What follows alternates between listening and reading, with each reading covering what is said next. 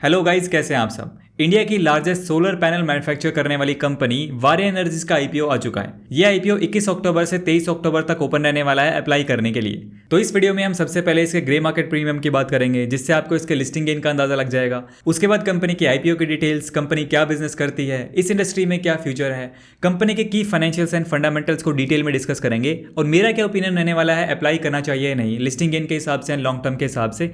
Last में इसकी बात करेंगे, इसलिए वीडियो को पूरा देखिएगा। नाउ सबसे पहले अगर हम इसके ग्रे मार्केट प्रीमियम की बात करें तो इसका करंट जीएमपी 1435 के आसपास चल रहा है, यानी हमें इसमें करीब 95% का एस्टिमेटेड लिस्टिंग गेन देखने को मिल सकता है। मतलब पर लॉट 13,000 रुपए तक का फायदा देखने को मिल सकता है अंदाजन। ये सिर्फ एक अनुमान लगाया जा रहा है करंट जीएमपी के हिसाब से। जीएमपी कभी भी चेंज हो सकता है, इस चीज का भी आपको ध्यान रखना है। नाउ कंपनी के बिजनेस के बारे में बात करें तो वारे एनर्जीज 1990 में स्टार्ट हुई थी, यानी बहुत पुरानी कंपनी है, करीब 34 साल के आसपास इसे हो चुके हैं। ये गुजरात की कंपनी है और अपने सेक्टर में इंडिया की लार्जेस्ट सोलर पैनल मैन्युफैक्चरर है। इस वक्त कंपनी की सोलर पैनल के अंदर जो इंस्टॉल्ड कैपेसिटी है वो 12 गीगावाट की है, जो कि 12,000 मेगावाट के बराबर होती है। यानी इस कंपनी का जो स्टेटस है वो लार्जेस्ट सोलर पैनल मैन्युफैक्चरर का है। मतलब दूसरे नंबर पर जो कंपनीज आती हैं जैसे अदानी और रिन्यू है, उनकी जो इंस्टॉल्ड कैपेसिटी है वो 4 गीगावाट के आसपास है और वारे एनर्जीज की 12 गीगावाट की कैपेसिटी है। तो आप अंदाजा लगा सकते हैं अपने कॉम्पिटिटर से ये कितनी आगे है। वारे एनर्जीज अभी खुद सोलर सेल्स मैन्युफैक्चर नहीं करती है, ये सेल्स ये बाहर चाइना से इंपोर्ट करते हैं, लेकिन 2025 तक ये अपनी सोलर सेल्स की मैन्युफैक्चरिंग भी शुरू करने वाले हैं। अभी वारे एनर्जीज का जो टोटल रेवेन्यू है वो करीब 75% के आसपास एक्सपोर्ट से आता है और करीब 25% के आसपास इंडिया से। कंपनी काफी लार्ज स्केल पे यहाँ पे ऑपरेट करती है और कंपनी का जो 75% रेवेन्यू है वो यहाँ पे टॉप 10 कस्टमर से आता है। यानी कंपनी जो है वो अपने टॉप कस्टमर्स पे हेवीली डिपेंडेंट है। वारे एनर्जीज 3 टाइप के सोलर पैनल बनाती है, मल्टी क्रिस्टलाइन, मोनो क्रिस्टलाइन और टॉप कॉन मॉड्यूल्स। इसके अलावा ये सोलर इन्वर्टर्स भी मैन्युफैक्चर करते हैं। इस कंपनी के पास फिलहाल 4 मैन्युफैक्चरिंग यूनिट्स हैं जो गुजरात के आसपास ही लोकेटेड हैं। और इस आईपीओ से जो कंपनी पैसा उठाएगी उससे उड़ीसा में एक नई मैन्युफैक्चरिंग फैसिलिटी भी सेटअप करने वाले हैं। तो देखिए, रिन्यूएबल एनर्जी का जो सेक्टर है वो फ्यूचरिस्टिक सेक्टर है और इस कंपनी की उस सेक्टर में यहाँ पे स्ट्रॉन्ग लीडरशिप पोजीशन है और आने वाले फ्यूचर में रिन्यूएबल एनर्जी की डिमांड को देखते हुए ये कंपनी काफ़ी अच्छी जगह पे खड़ी है।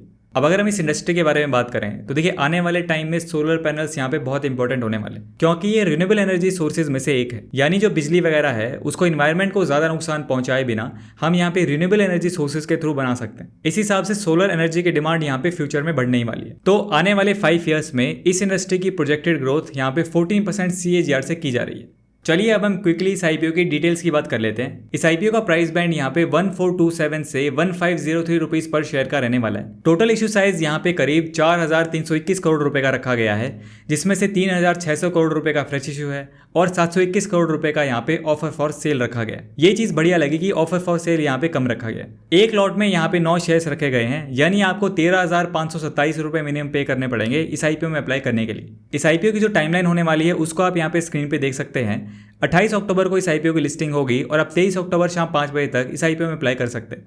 इस आईपीओ के इशू ऑब्जेक्टिव की बात करें तो कंपनी जो फ्रेश इशू से पैसा उठाएगी उसका यूज़ यहाँ पे, जैसे मैंने बताया आपको, कंपनी सोलर सेल्स की मैन्युफैक्चरिंग यहाँ पे शुरू करने वाली है, उसमें यूज़ किया जाएगा। और ओडिशा के अंदर कंपनी अपनी नई मैन्युफैक्चरिंग फैसिलिटी सेटअप करने वाली है, उसके लिए भी इन फंड्स का यूज़ यहाँ पे किया जाएगा। चलिए अब हम इसके फाइनेंशियल्स की बात कर लेते हैं। सबसे पहले अगर हम एसेट्स देखें तो एसेट्स हमें यहाँ पे अच्छे दिखाई दे रहे हैं। कंसिस्टेंट ग्रोथ भी हमें यहाँ पे एसेट्स में देखने को मिल सकती है। इसके बाद अगर हम रेवेन्यू की बात करें तो रेवेन्यू भी हमें अच्छा दिखाई दे रहा है। कंसिस्टेंट ग्रोथ हमें रेवेन्यू में भी देखने को यहाँ पे मिल रही है।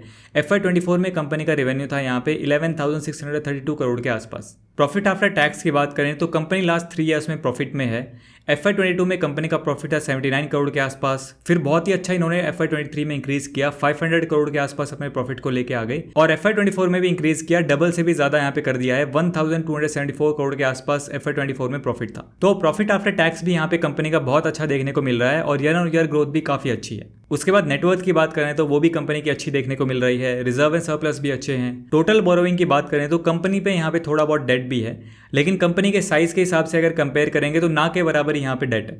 उसके बाद अगर हम इसके फंडामेंटल्स की बात करें तो कंपनी की ROE, ROC and RONW FY24 में 15% से काफ़ी ऊपर है, तो ये एक यहाँ पे पॉजिटिव पॉइंट है। कंपनी का प्रॉफिट मार्जिन भी यहाँ पे 11% से ऊपर है। डेट टू इक्विटी रेशियो यहाँ पे कंपनी का सिर्फ 0.06% का है। अगर हम इसके पीयर ग्रुप का यहाँ पे कंपैरिजन करते हैं तो वारियर एनर्जीज की 2 लिस्टेड पीयर्स हैं, वेबसॉल एनर्जी सिस्टम्स और प्रीमियर एनर्जीज। तो अगर हम इनके पी रेशो का यहाँ पे कंपैरिजन करते हैं तो वारियर एनर्जीज का पी रेशो यहाँ पे 31 के आसपास है और वेबसॉल एनर्जी का यहाँ पे नेगेटिव में पी है और प्रीमियर एनर्जी का यहाँ पे 150 के आसपास पी है। तो पी रेशो के हिसाब से अगर देखें तो कंपनी की वैल्यूएशन यहाँ पे अच्छी खासी की गई है। नाउ चलिए कंक्लूजन की बात करते हैं कि इस आईपीओ में अप्लाई करना चाहिए नहीं। उससे पहले मैं आपके लिए लाया हूँ एक गिव अवे। जी हाँ, अगर आप आईपीओ या स्टॉक मार्केट में इन्वेस्ट या ट्रेड करते हैं तो आपको इससे काफ़ी बेनिफिट हो सकता है। स्टॉक एज ऐप, जिसको पिछले काफ़ी टाइम से मैं खुद भी यहाँ पे यूज़ करता हूँ, उसका प्रीमियम एक्सेस आपको यहाँ पे फ्री में मिलने वाला है। ये एक सेबी रजिस्टर्ड प्लेटफॉर्म है। यहाँ पे आपको स्टॉक मार्केट से रिलेटेड सारी इंपॉर्टेंट इन्फॉर्मेशन मिल जाती है, चाहे वो आईपीओ से रिलेटेड डिटेल्स हों या फिर स्टॉक से related latest news and updates, FII and DII की बाइंग एंड सेलिंग का डेटा या फिर ब्लॉक डील्स। इसके अलावा आपको इसमें swing and positional trading strategies मिलती हैं और इन्वेस्टमेंट आइडियाज मिलते हैं जो एक्सपर्ट के रिसर्च पर बेस्ड होते हैं। 400 से ज़्यादा आपको एडवांस स्कैन्स मिलते हैं। इस फीचर से आप अपने स्पेसिफिक क्राइटेरिया के बेसिस पे स्टॉक्स को फिल्टर कर सकते हैं, जैसे वॉल्यूम, प्राइस मूवमेंट्स एटसेट्रा। आप इस ऐप के थ्रू फेमस इन्वेस्टर्स के पोर्टफोलियो को भी ट्रैक कर सकते हो। मतलब ये all in one stock market app है जो आपको स्टॉक मार्केट में देता है एज। तो डिस्क्रिप्शन में आपको लिंक मिल जाएगा। साइन अप करने के बाद आप सुनील 100 कोड यूज़ कीजिएगा, आपको 30 डेज वाले प्रीमियम प्लान वर्थ ₹399 पे 100% डिस्काउंट मिल जाएगा। हाँ, पर ये ऑफर सिर्फ फर्स्ट 200 यूजर्स के लिए है, तो आप लोग वीडियो पूरा देखने के बाद साइन अप कर लीजिएगा। तो इस आईपीओ में अप्लाई करें या नहीं, लिस्टिंग गेन के हिसाब से, लॉन्ग टर्म के हिसाब से, दोनों की बात करते हैं। पहले लिस्टिंग गेन के पॉइंट ऑफ व्यू से बात करते हैं। तो सबसे पहले अगर हम कंपनी का जीएमपी देखें तो वो बहुत ही अच्छा चल रहा है। उसके बाद अगर हम इसकी एंकर लिस्ट की बात करें तो वो बहुत ही अच्छी निकल के आई है। गोल्डमैन सैक्स, मोर्गन स्टैनली, एचडीएफसी बैंक जैसे बड़े बड़े नाम इसकी एंकर लिस्ट में शामिल हुए हैं। फिर अगर हम इसकी वैल्यूएशन की बात करें तो वैल्यूएशन इसकी यहाँ पे ठीक निकल के आती है, यानी बहुत ज़्यादा महंगी वैल्यूएशन यहाँ पे नहीं है। और चौथा पॉइंट है इसकी डिमांड।